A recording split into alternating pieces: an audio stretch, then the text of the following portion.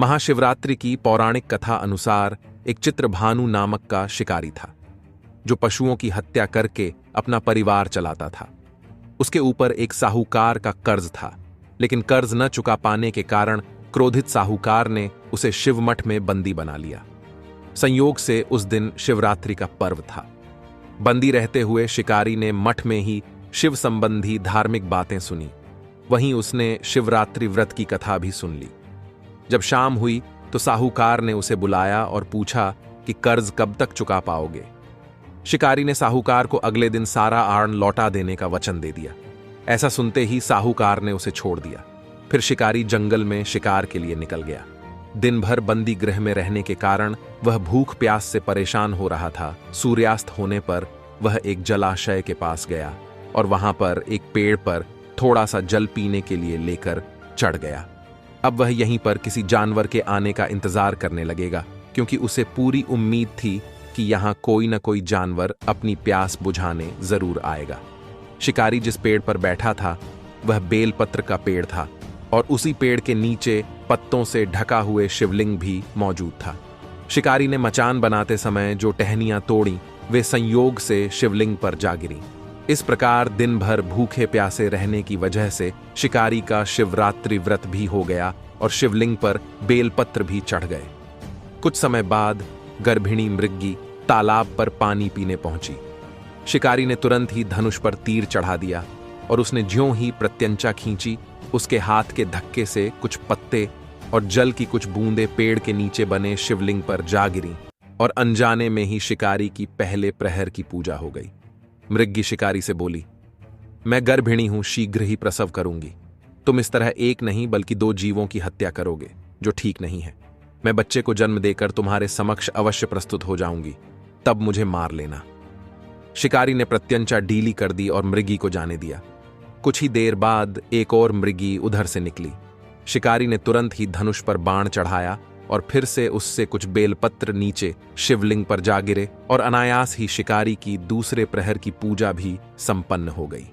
तब शिकारी को देख मृगी ने विनम्रतापूर्वक निवेदन किया कि मैं थोड़ी देर पहले आरतू से निवृत्त हुई हूं, कामातुर विरहिणी हूं, अपने प्रिय को खोज रही हूं।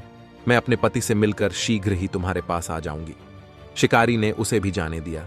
रात्रि का आखिरी पहर बीत रहा था।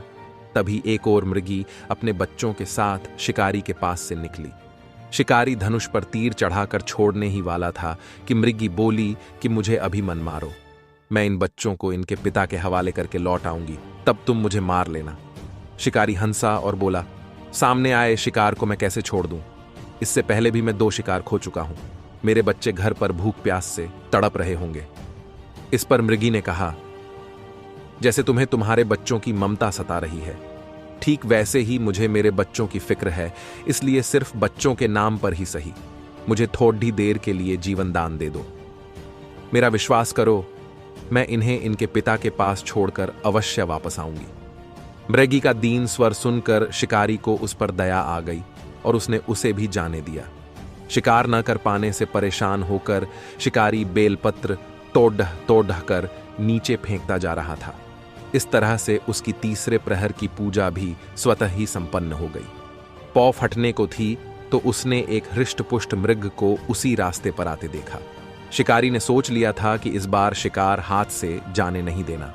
शिकारी की तनी प्रत्यंचा देखकर मृग ने विनीत स्वर में बोला, भाई, यदि तुमने मेरे से पूर्व आने वाली 3 मृगियों और उनके बच्चों को मार डाला है तो मुझे भी तुरंत मार दो, ताकि मुझे उनके वियोग की पीड़ा न सहनी पड़ी, क्योंकि मैं उन मृगियों का पति हूं।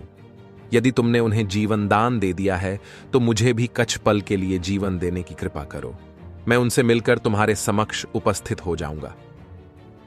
मृग की बात सुनकर शिकारी ने सारी कथा मृग को सुना दी। तब मृग ने कहा कि 3 पत्नियां जिस प्रकार प्रतिज्ञाबद्ध होकर गई हैं, वे मेरी मृत्यु से अपने धर्म का पालन नहीं कर पाएंगी। इसलिए जैसे तुमने उन पर विश्वास कर उन्हें छोड़ दिया, ठीक वैसे ही मुझे भी जाने दो। मैं उन सभी को लेकर तुम्हारे सामने शीघ्र ही उपस्थित होऊंगा। उपवास, रात्रि जागरण और शिवलिंग पर बेलपत्र चढ़ाने से शिकारी का हिंसक हृदय अब निर्मल हो गया था। अब उसके हाथ से धनुष और बाण छूट गया और उसने उस मृग को भी जाने दिया। थोड़ी ही देर बाद वह मृग अपनी तीनों पत्नियों के साथ शिकारी के समक्ष उपस्थित हो गया, किंतु जंगली पशुओं की ऐसी सत्यता, सात्विकता और प्रेम भावना देखकर शिकारी को बड़ी ग्लानि हुई। उसके नेत्रों से आंसुओं की धारा बहने लगी। शिकारी ने उस मृग परिवार को जाने दिया, साथ ही उसने अपने कठोर हृदय को जीव हिंसा से सदा के लिए हटा दिया। भगवान शंकर ने प्रसन्न होकर उस शिकारी को अपने दिव्य स्वरूप में दर्शन दिए और उसे सुख समृद्धि का वरदान दिया। इस प्रकार महाशिवरात्रि पूजन पौराणिक व्रत कथा समाप्त हुई।